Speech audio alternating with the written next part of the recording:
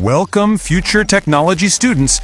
We're diving straight into what's honestly poised to be the greatest leap in human evolution, the brain-computer interface, or BCI. We're literally standing on the precipice of a totally new era of tech, an era that moves way beyond keyboards, way beyond touchscreens, and wires directly into the human mind.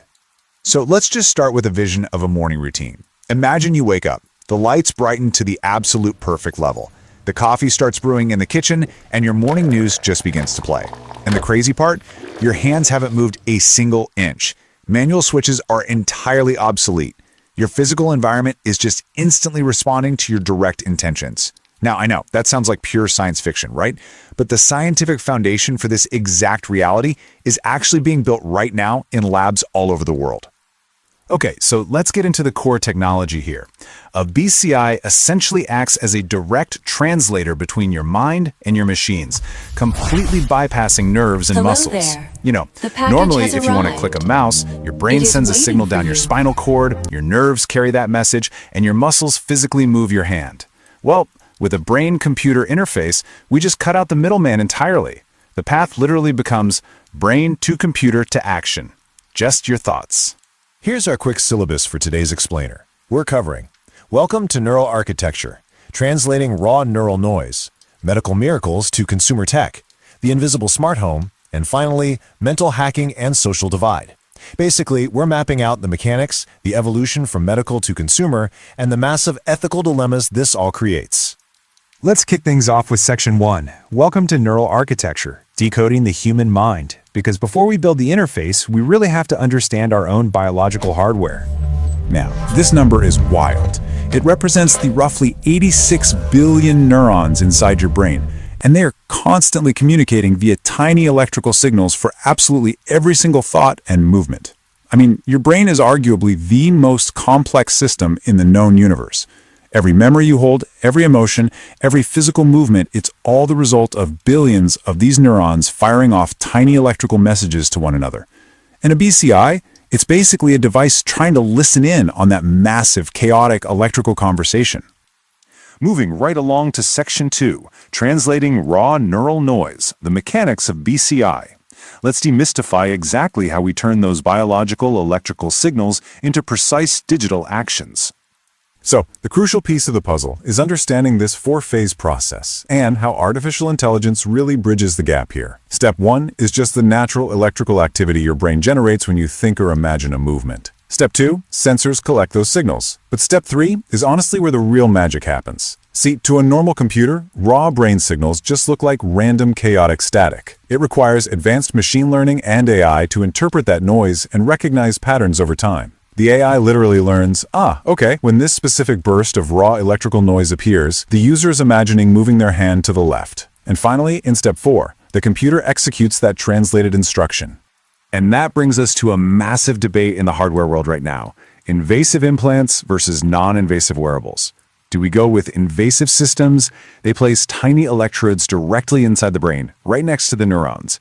This gives us beautifully clear data and incredibly fast responses, but it requires actual brain surgery. Or do we go with non-invasive systems, like EEG headsets? They sit right outside the skull, so they're completely safe. But because the electrical signal has to travel through bone and tissue, the data gets super muddy. It's your classic engineering trade-off, safety versus ultimate precision.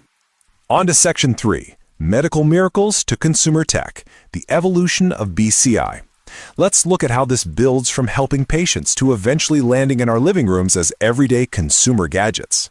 Today, early forms of this technology, pioneered by researchers and companies like Neuralink, are already performing actual miracles.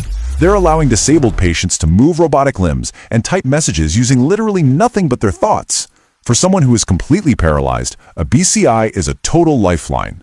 We're already seeing incredible footage of patients controlling computer cursors, steering wheelchairs, and operating advanced prosthetic arms that feel almost like natural extensions of their own bodies.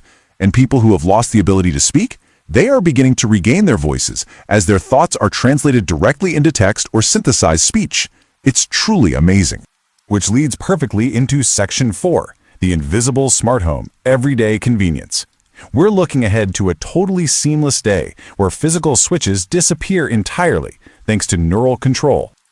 The evolution from our current, kind of clumsy physical reality to tomorrow's neural reality is pretty striking when you lay it out.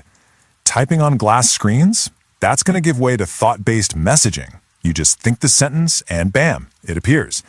We're going to shift from walking across a room to manually flip a light switch to issuing a direct mental command to our smart home hub. Hardware is slowly going to fade right into the background until it's practically invisible, unlocking this wild future of completely silent, thought-driven communication. And scientists are already discussing these super futuristic concepts, turning stuff that once sounded like pure sci-fi into the very next generation of consumer electronics. Imagine just steering a vehicle with your mind, or stepping into a fully immersive virtual world where your digital avatar moves just as naturally as your physical body does, all because it's reading your motor cortex directly. Think about an AI assistant that doesn't wait for you to speak out loud, but is wired directly to your brain signals, totally anticipating your needs. We are genuinely looking at a future of direct, neural interaction with robotic systems. But we have to talk about Section 5, Mental Hacking and Social Divide, the dark side of BCI. Because with unprecedented access to the human mind comes some pretty unprecedented danger.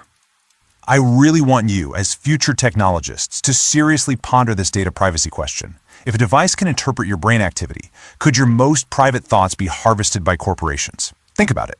Right now, companies collect data on what you click, what you watch, where you go. But if a BCI is constantly reading your neural signals to control your smart home, it is collecting literally the most intimate data possible. Who actually owns that neural data? How do we ensure that our inner monologues, our emotional reactions, and our deep subconscious thoughts don't simply become just another product to be sold? We are facing massive risks here.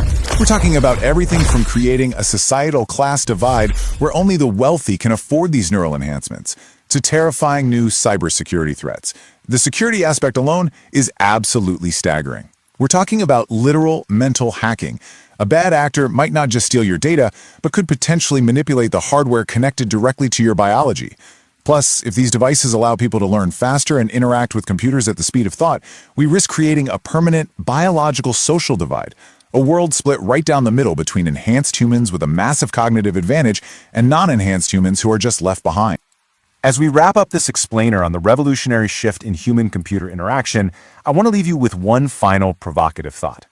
We've seen how brain-computer interfaces could heal the paralyzed, eliminate the physical friction of our daily routines, and unlock insane human potential. But we've also stared down the dark realities of mental hacking in a totally unequal society. So weighing the incredible miracles against the profound risks, if you could connect your brain directly to a computer today, would you?